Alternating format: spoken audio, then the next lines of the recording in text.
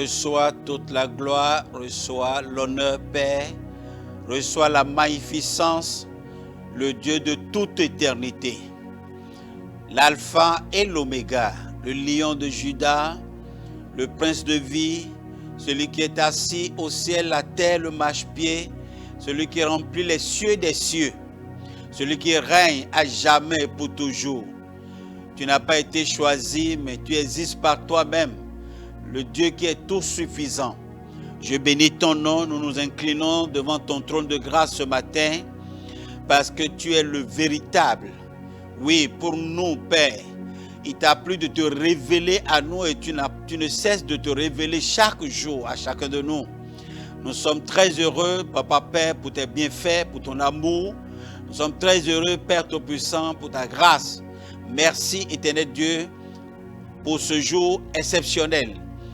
Roi de gloire, nous voulons, Papa Père, sonder les Écritures, mais nous reconnaissons que la vie n'est pas dans les Écritures, mais la vie est en toi. Seigneur, communique-nous ta vie, éclaire-nous, Roi de gloire. Donne-nous, Papa Père Tout-Puissant, d'être enracinés davantage dans la foi en Jésus-Christ. Merci. Au nom de Jésus, nous avons prié. Amen. Nous bénissons l'Éternel Dieu des armées pour ce jour exceptionnel, pour ce jour merveilleux. Frères et sœurs dans le Seigneur, réjouissons-nous dans l'Éternel Dieu des armées qui permet que chaque jour qui s'égrène nous rapproche de la fin de l'année 2024. Et je souhaite à chacun et à tous une bonne fin dans la victoire de l'œuvre accomplie à la croix par Jésus-Christ notre Seigneur Sauveur personnel. Je bénis l'Éternel Dieu des armées et je suis très heureux de ce que tu es encore dans la foi. Je suis très content de ce que tu continues de croire en Jésus-Christ et d'être sérieux et de s'accrocher, quels que soient vents et marées, tu persévères avec Jésus-Christ. Nous ferons certainement des exploits ensemble. Et je sais que tu me comprends très bien, tu comprends mon langage, parce que nous cherchons les choses spirituelles, les choses invisibles, les trésors, les bénédictions qui sont en Jésus-Christ. Et c'est notre souci, notre objectif, que son nom soit loué. Ce matin, nous allons évoluer dans notre thème intitulé « Les véhicules de malédiction et de bénédiction » parce qu'à la fin de l'année, il faut que chacun de nous recherche la bénédiction de l'Éternel. Et surtout, c'est le moment où chacun essaie de pouvoir examiner sa vie pour voir comment est-ce qu'il a mené sa vie au cours de l'année. Et nous voulons parler ensemble du discernement. Le discernement. Et chacun de nous, nous savons que le discernement, c'est une capacité que Dieu donne à chacun de nous de pouvoir véritablement savoir s'il fait du bien ou du mal. C'est savoir est-ce que je fais bien ce que je dois faire ou que je ne fais pas comme je dois le faire. Le discernement, c'est avoir un sens exercé, à faire la différence entre le bien et le mal. C'est avoir un cœur attentif à écouter sa conscience et à agir ainsi. Et je veux que ce matin, chacun de nous rentre en lui-même. Pendant que nous nous approchons de la fin de l'année 2024, que nous puissions rentrer en nous-mêmes. Ce n'est pas seulement l'inventaire de notre commerce, de nos activités, de nos relations qu'il faut faire. Il faut aussi un inventaire spirituel. Et il faut du discernement. C'est seulement ceux qui ont le discernement qui peuvent faire un inventaire. Il faut avoir nécessairement un cœur attentif. Un cœur attentif. Il faut pouvoir véritablement rentrer en soi-même, s'examiner, s'écouter. Est-ce que j'ai bien mené ma vie cette année? Est-ce que j'ai fait des efforts? Ai-je progressé? Ou bien j'ai régressé? En quoi j'ai régressé? Il faut faire un état des lieux. Il faut faire la part des choses. Il faut pouvoir arriver à un résultat. Il faut laisser sa conscience te parler. Quel a été ton comportement cette année avec les choses saintes? Qu'est-ce que tu as fait de bien? Qu'est-ce que tu as fait de mal ou bien de médiocre? Si ce n'est pas mal, mais au moins c'est médiocre ou passable. Comment as-tu fait ces choses-là? Comment il faut les améliorer? Parce que Paul disait aux Corinthiens, dans 1 Corinthiens chapitre 11 au verset 29, que nous allons lire, 1 Corinthiens chapitre 11, le verset 29 dit ceci. Car celui qui mange et boit indignement,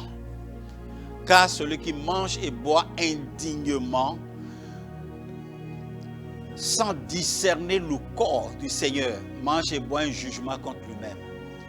Vous savez, quand vous faites quelque chose sans discernement, quand vous faites quelque chose sans vous demander, sans conscience, est-ce que celui qui a dit que la science sans conscience est une ruine de l'âme a menti? Non. Ce que tu fais sans conscience, ce que tu fais sans que ton homme intérieur ne prend part, ce que tu fais, même si tu t'investis entièrement et ta conscience même n'est pas engagée dans la chose pour qu'en son temps, elle puisse te dire, tu as réalisé quelque chose, mais ce n'est pas toi, ça ne te ressemble pas. Ta personnalité n'est pas impliquée. Tu n'as pas mis tous les sérieux, tu n'as pas mis tout ton moi dedans. Frère, c'est l'heure de faire le bilan, de faire un discernement entre les biens que tu as accomplis et le mal qui s'est glissé dedans. Parce qu'un homme sauvé, un homme né de nouveau, ne peut pas faire volontairement, en son âme et conscience, le mal. Non, je ne crois pas. Je ne crois pas. Et je te soutiens dans les raisonnements que tu évoques face à tes mots, aux choses que tu as mal faites. Je te soutiens. Si tu es né de nouveau, tu ne peux pas faire du mal toi-même. Donc je dis qu'il faut revenir à soi-même, examiner tes œuvres au cours de l'année et voir les différents moments où le mal s'est impliqué, le mal s'est invité lui-même. Et tu te repens parce que nous avons cette grâce-là auprès du Seigneur. Et la porte de la grâce est encore ouverte, où tu peux encore te racheter par la repentance. Repens-toi et répare le dommage et reprends la marche. Reprends ta marche. C'est une œuvre de discernement. Nous allons lire dans le livre de Hébreux chapitre 5 verset 14 pour voir ce que la parole de Dieu nous recommande. Hébreux chapitre 5, le verset 14 dit: mais la nourriture solide est pour les adultes, pour ceux qui, en raison de leur expérience, ont le jugement exercé à discerner ce qui est bien de ce qui est mal. En agissant ainsi, en t'examinant, en voulant savoir ce que tu as fait de bien ou de mal, ou de passable, ou de médiocre, la Bible dit que tu es un adulte, tu es mûr. Ça, c'est réservé aux gens mûrs, aux adultes dans la foi. Et quand tu fais ça, ça dit que tu as un jugement exercé. Tu es mûr et tu peux maintenant te prononcer sur toi-même, sur tes propres œuvres. Et celui qui se juge ne sera pas jugé. Celui qui se juge lui-même ne sera pas jugé. Donc tu fais une œuvre utile, indispensable. Ne laisse pas tes actions comme ça. Non. C'est des œuvres bonnes que l'Éternel a préparées d'avance et que les sauvés vont accomplir. Et ce que tu as fait cette année, tu l'as fait dans l'intention de faire une œuvre bonne. Peut-être que le mal s'est glissé dedans. Examine, réexamine ça. Revois ce que tu as fait revoir ta relation avec certaines personnes qui sont réticentes par rapport à toi cette année. Revoir ce qui se dit autour de toi. Même si tu ne les acceptes pas, mais prends ça en compte. Et assois-toi, examine ce qui se dit autour de toi. Et vois si ça te ressemble réellement. Si c'est toi, effectivement, c'est un jugement exercé. Ça, c'est pour les adultes, c'est pour ceux qui sont mûrs dans la foi. Afin de pouvoir réellement reconnaître si tu t'es bien comporté au cours de l'année ou non. C'est ça le discernement. C'est ça le discernement. L'auteur d'Hébreux, il dit ce qui est bien et ce qui est mal. Tu es un homme, tu es dans la chair. Notre père, Paul, l'apôtre Paul dit, il dit, c'est quand je veux faire le bien que je fais le mal que je ne veux pas. Quand je veux faire du bien, je fais le mal que je ne veux pas. Ça veut dire que sa personne, son homme intérieur a pensé du bien. Mais dans l'accomplissement, dans la réalisation, son homme extérieur n'a pas suivi toutes les consignes, n'a pas suivi toutes les règles. Et la réalisation n'a pas donné le produit, le résultat escompté par l'homme intérieur. Ça peut arriver. Nous sommes des hommes, nous sommes encore sur la terre, nous sommes dans un corps et on peut se tromper dans la touche finale. Il suffit seulement de se repentir et de revenir sur ces points-là et de prendre une nouvelle résolution pour pouvoir mieux les appliquer, mieux les faire les prochaines fois. Mon frère, ma soeur, c'est l'œuvre des adultes, c'est l'œuvre des mûrs dans la foi. Je t'invite à cela. Je veux que tu le fasses en cette fin d'année afin de pouvoir aborder l'année prochaine avec des projections claires, avec des objectifs clairs, avec des points très capitaux pour que 2025 ne soit pas plus médiocre que 2024, mais que 2025 soit amélioré, soit meilleur que 2024. Et c'est maintenant il faut commencer par poser les bases. Que l'Éternel vienne à ton secours et que cela soit ainsi dans le nom de Jésus-Christ. Prions ensemble. Très Saint-Père, merci de nous faire comprendre ces grandes réalités, ces grandes vérités. Et nous nous remettons à toi pour que, Papa des cieux, Père merveilleux, tu puisses véritablement nous assister. Oui, pour que tu puisses nous éclairer. Pendant que nous nous donnons à cet exercice, éclaire-nous, Seigneur.